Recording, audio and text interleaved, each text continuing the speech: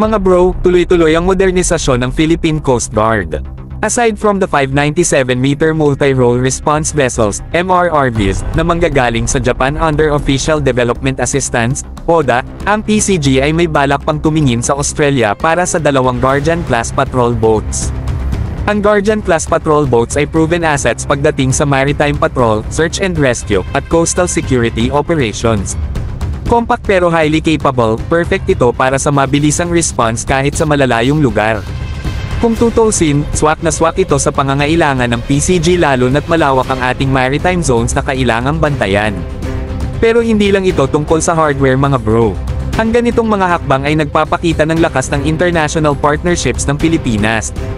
Japan and Australia are showing their support sa pamamagitan ng high-quality vessels na tutulong sa pagpapanatili ng kapayapaan sa ating teritoryo. Sa 5 MRRVs na manggagaling sa Japan, ibang usapan na ang modernization ng fleet ng PCG. At kung may sama pa ang Guardian-class patrol boats, mas magiging flexible at responsive ang PCG sa iba't ibang maritime challenges. Ito ang tipo ng investments na may long-term impact sa seguridad at ekonomiya ng bansa.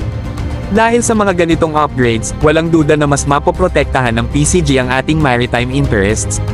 Mula sa paglaban sa ilegal na pangingisda hanggang sa humanitarian assistance, mas handa na ang PCG para sa anumang hamon. Nakakatuwang isipin na unti-unti nang naaabot ang goal ng isang mas modernong PCG. Stay tuned mga bro, dahil simula pa lang ito. Ang tanong, kaya na ba nating sumabay sa mas malalaking Coast Guard sa rehiyon? With consistent support and funding kaya natin yan.